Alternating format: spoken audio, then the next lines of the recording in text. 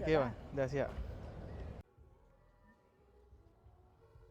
So guys, hari ni saya nak pergi buat surprise drawing kepada stranger. So jom kita cari stranger.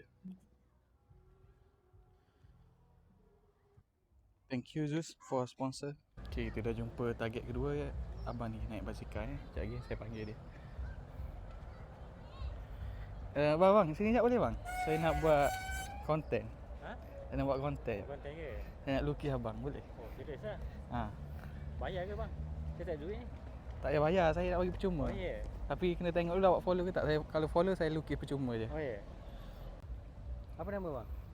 Syafiq Sabri Studio. Syafiq Sabri Studio. Allah. Right. Dan, bang. Masuk dah orang dulu. Tadi saya lukis abang tu terus jadi member. Oh ya? Oh Puji ni ke? Ni lah saya Syafiq Sabri lambat, Arts. bang. Oh betul lah? Ni.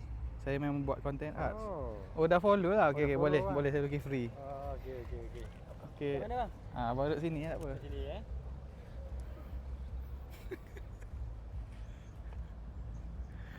Macam mana aku tak bawa holder? Banyak tengok bang, saya nak surprise lagi ni. Okey. Wajah cantik bang Nanti saya unfollow. bang, saya lukis kat sini lah, senang nak ni. Abang duduk situ.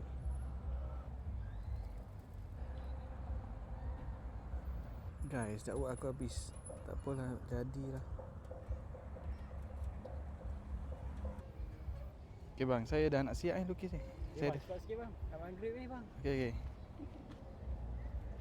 Okey bang, dah siap. Alamak. Jadi tak? Jadi bang, sama kan? Sama kan? Sama. Nanti abang frame lah. Oh, boleh. Mesti frame punya ni. Follow Syafiq Sabri Studio. Studio. So guys, dah siap video untuk hari ni. So sila komen kat mana patut aku pergi next. Bye.